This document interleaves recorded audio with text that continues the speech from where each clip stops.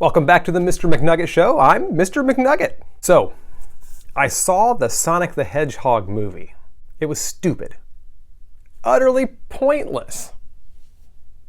Blatantly sappy. Syrupy sweet. I loved it. Okay, let's talk about the Sonic the Hedgehog movie. I'm not going to spoil this thing. There's no reason to. It's a lot of fun. It surprised me. I took my son out, and actually my wife joined me, and we all three enjoyed the movie. It was a lot of fun in the theater with a child. It's only rated PG. There's only one instance of very minor language, and the violence in this movie is something you could chalk up to very comical in nature. The character Sonic was played or portrayed very well. The supporting cast around him were fun-loving and cute in the ways they needed to be cute, and there was enough action in it to make it feel like it popped along. It's only like an hour and 40 minutes in total length. And Jim Carrey was Jim Carrey again. And I know people complain that, it's just Jim Carrey doing this or just Jim Carrey doing that. But in the case of Dr. Eggman or Dr. Robotnik, it was really fitting. It worked incredibly well. His scenes were fun. I mean, that's just the best way to put this entire movie, but a great villain played by Jim Carrey in this. And to be honest with you, as somebody who played a lot of Sonic 1 and Sonic 2 growing up, it was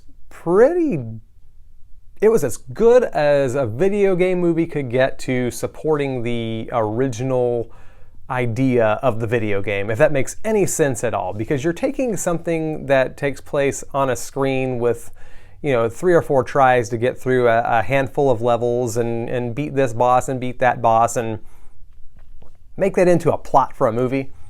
And as we've seen time and time again, even the king of video game platformers, Mario, you may love the Mario Brothers movie, but most didn't. I can enjoy it, but it's not a great movie. Sonic succeeds as a video game movie. It's really great. So I guess that's my glowing review for you, is just, if you have any interest at all, go see it. If you know this isn't for you, it's not going to win you over. I mean, it is what it is. It wears its plan on its sleeve, basically. It's to be a good movie about Sonic the Hedgehog, and on that level it succeeds. But I want to talk about the controversy, or sort of controversy, that surrounded this movie a number of months back.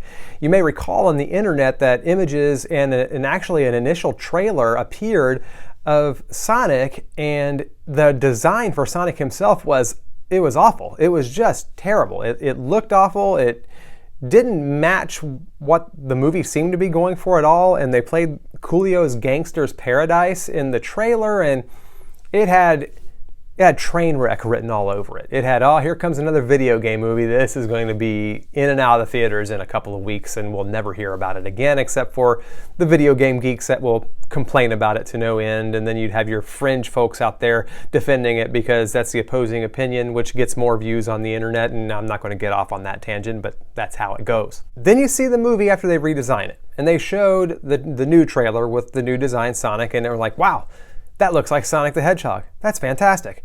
So much better. And gone was the Coolio song. Not knocking Coolio, just didn't fit in this trailer. And suddenly, it looked like they were onto something here. And then the movie was released, and as you could tell from the beginning of the video, good time. This is a topic that's been explored in other videos before. And it's one that has been debunked, as they will tell you on the internet over and over again, but it's really hard for me to believe that there isn't a little bit of truth to this, if not just flat out, it is what it is, and it happened. I have a hard time believing that this wasn't a publicity stunt to get more people in the theaters to generate more buzz for this movie. This whole idea of having such a terrible design and an awful trailer for the terribly designed title character to generate buzz, which can blow up in your face because you're basically telling people, oh gosh, this looks terrible, it's going to be awful, and you're hoping that people will revolt against it and say, we are looking forward to this, or we were until we saw this, something's got to happen, and then they say they're going to go make changes, and then, oh my gosh, changes were made. Wow, look, it's good. Let me give you, though, my reasons for believing that this is all a big conspiracy hoax, that this terrible looking Sonic was just put out there for the sake of trying to generate buzz and publicity for this movie, because it is true what they say, that any publicity is good publicity. I mean, if you get people curious about something, they're going to come and see it and see if they've corrected the wrongs. And people got into the whole, I mean, I think even Jim Carrey was interviewed about the whole idea of having instant access to fans on the internet nowadays. Makes it to where instead of the creative people behind the movies calling the shots, they're always kind of dictated to by, whomever and his buddies on Twitter filling out some survey monkey saying they want to see Sonic redesigned. Which I understand. I mean, in a lot of cases, creative folks should consult with their team and with the people that they work with, but they can't cave to every angry mob that doesn't agree with the decisions being made. But in this case, it looks like they were hoping for those angry mobs to come out so that they could say they were listening to fans and put out a better product. I think the product was good from the start. I think they cut a trailer with a terrible looking Sonic the Hedgehog to get these mobs angry and to get people in seats to see how much listening they did to their fans.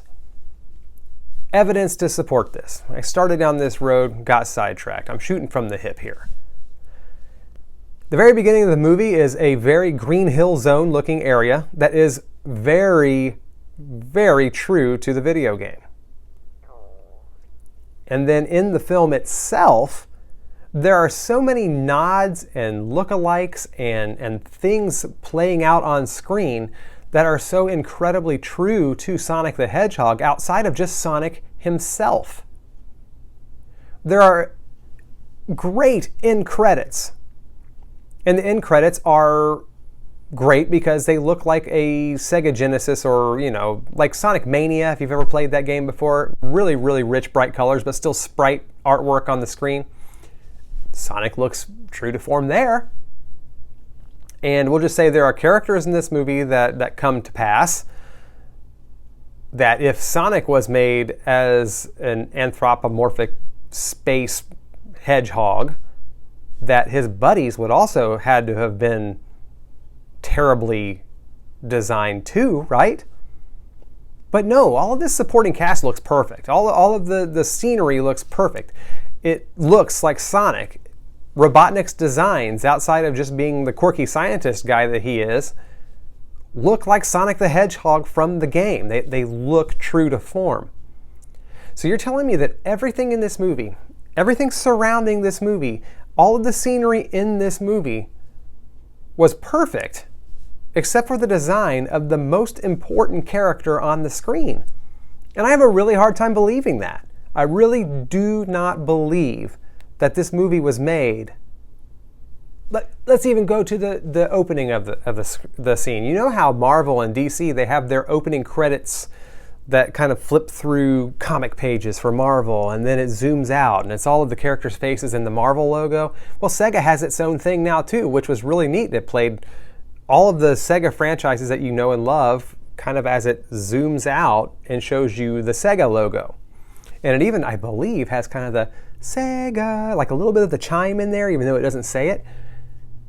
This is obviously Sega kind of creating a love letter to its old fans while inviting youngsters to the table to see a beloved character.